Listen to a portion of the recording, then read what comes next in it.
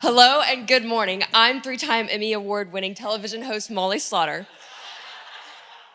And today we'll be speaking with three individuals from three different organizations across FCC Tyler. But please keep in mind that these organizations they're the tip of the iceberg. We have so much going on here at FCC.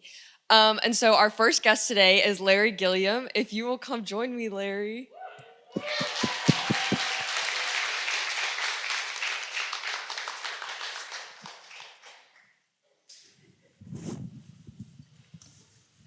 Okay, Larry, so I hear... So Larry, I hear you're the face of Generation Great at FCC. Can you tell me about Generation Great? Sure, it can. But one thing I want to make clear, if we were to do this Istanbul stuff, the emergency room would be full. So, I like enthusiasm. Generation Great is all about our seniors, and, growing old doesn't mean you're not still worthy. And in my opinion, the seniors are still the foundation and the glue that holds the church together. Now, y'all won't believe that, but because you're young. But anyway, and we do a lot of fun things. We have luncheons, we go on trips, and we worship regularly together. That's amazing, Larry. Okay, I skipped this question, so I'm gonna come back. Before we continue on with our questions, how long have you been a part of FCC Tyler? 44 years. Wow. What is something coming up for Generation Great, and what's the next big thing that people can be a part of? My wife and I are leaving right after church and headed to Branson, Missouri. I like to go to those places and look people in the eye to try to get the best prices on everything. So we're going to see King David at the Silver Dollar City and the Indian Museum and a lot of things like that. So that's the big event coming up. But next month now, involved for Generation Great Luncheon, the Colonial Hills cloggers are coming. So we can't clog anymore. We barely can get our shoes on. But it's a lot of fun to see others that can still do stuff like that. So that's in 3 weeks. Thank you so much, Larry. That sounds like a great time. And thank you for joining us this morning. Give it up for Larry.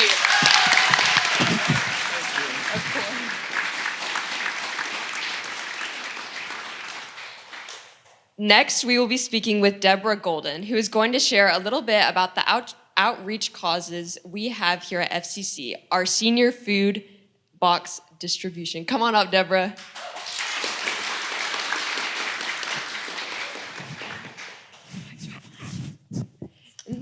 Debrah, thank you so much for being here this morning. How long have you been a part of FCC Tyler? Oh, I'm a fairly new member. I just joined the church at the first of the year, and I've been coming for about 2 years. That's amazing. So the senior food box distribution is a function of the food bank here in East Texas, but what exactly is FCC's role in this whole cycle? In November, First Christian Church became a distribution site for Smith County. There are only 2 distribution sites in Smith County, and before First Christian Church became a distribution site, food was being given out at Green Acres, but by the staff of East Texas Food Bank, not by volunteers. In November, we became a distribution site sourced with volunteers from First Christian Church. Before we became volunteers, we had to do some in-service. We had to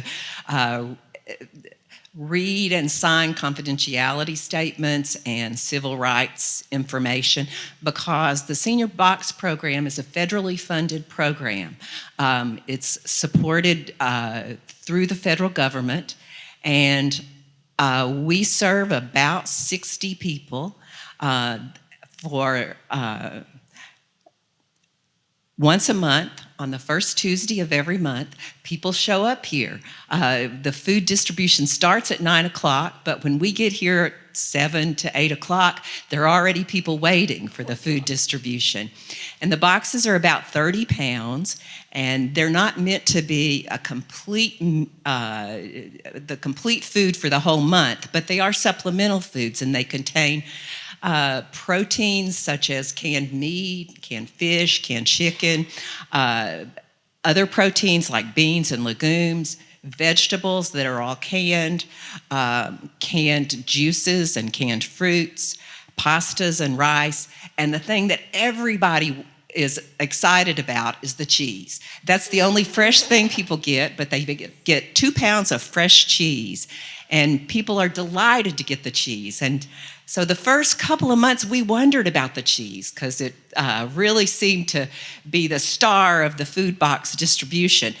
So 1 month, our temperature was a little bit off in the refrigerator where we store the cheese, maybe 2 degrees warmer than it should have been. So we couldn't give that cheese to any of the consumers.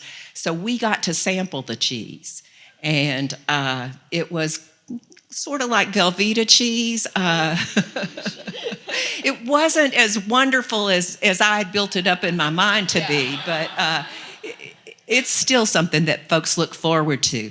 The program has had a cut in funding, and we're going to lose about 5 spots for people to be able to receive the food.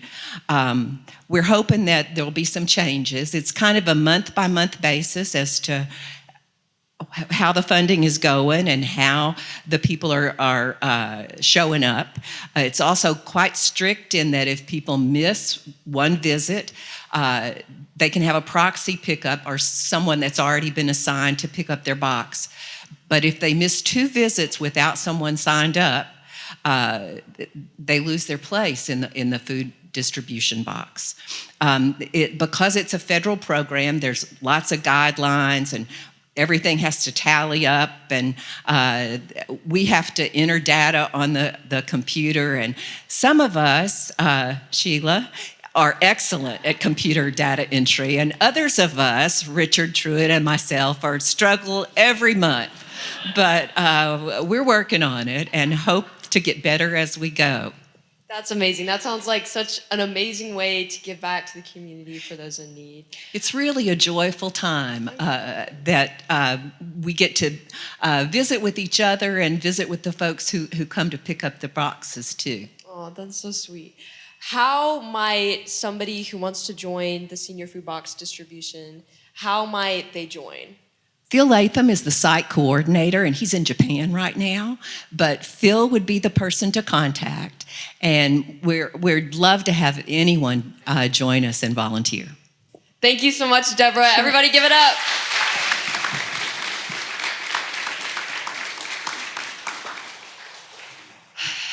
Our final guest this morning is somebody I know fairly well. Please welcome Jana Slaughter.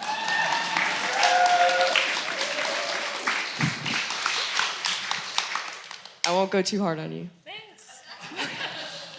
Mom, what brought our family to First Christian Church? Well, first of all, I'm going to say she's the actress and the person who likes to speak in front of people, and I am not. So here we go. So we had been out of church for a while, and I would say a coffee date with Ginger Brandt is what brought us to church. A friend had kind of connected me with her, and we had a coffee one afternoon, and I realized I might find some like-minded people at this place. So I also really wanted y'all to have a spot where you could find some community as well.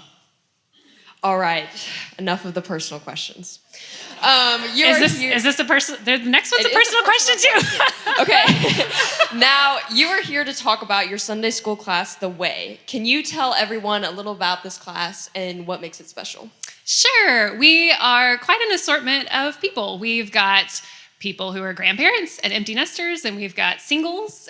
We've got married kids, or married with like tiny kids, and then married with teenagers. And so we're just this big assortment of people that are just trying to figure life out. We feel safe to explore faith in how it looks in the real world and how we live it out on a daily basis. And it seems like a very safe and refreshing place. It had been a while since we had found that type of community, and so it's been really lovely to be a part of it. So you're telling me that it's a diverse group with all sorts of backgrounds and ages, just talking about the world, and I can't read your handwriting. Sorry. And you all like hanging out with each other often too. That sounds exactly like what church here at FCC is all about. Mom, thank you for joining me this morning. I'll see you back at the slaughterhouse.